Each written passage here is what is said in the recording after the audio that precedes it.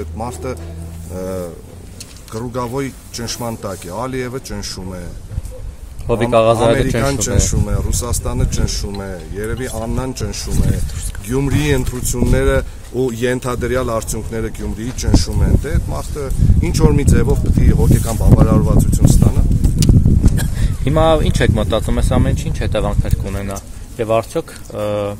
սա ինչ որ ձևով բացաբար կազդի։ Ես վստահ եմ, որ գյումրեցիների որոշման վրա սա ոչ մի կերպ չի ազդելու, ես վստահ եմ, որ ոչ մի տեսակի վախի մթնոլորտ Գյումրիում չի լինելու, որովհետև Գյումրեցին վախկոտ չի, Գյումրեցին մարտի 30-ին, ինչպես եւ որոշել է, գնալու է ընտրատեղամաս եւ ձայնը տալու է ընդդիմադիր տեխնացուներից որևիցե մեկին։ Եթե իրենց թվում է, որ այսպիսով կարողանալու են ճնշել, թե տվյալ ընդդիմադիր տեխնացուին կնեք,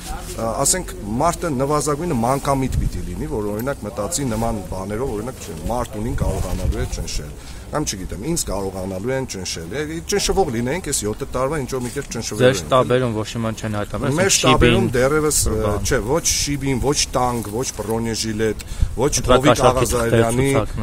հեռախոսային զրույցներ, ոչ մի բան նման դեռևս չեն հայտնաբերել, բայց կարող է եւ կան հայտնաբերել։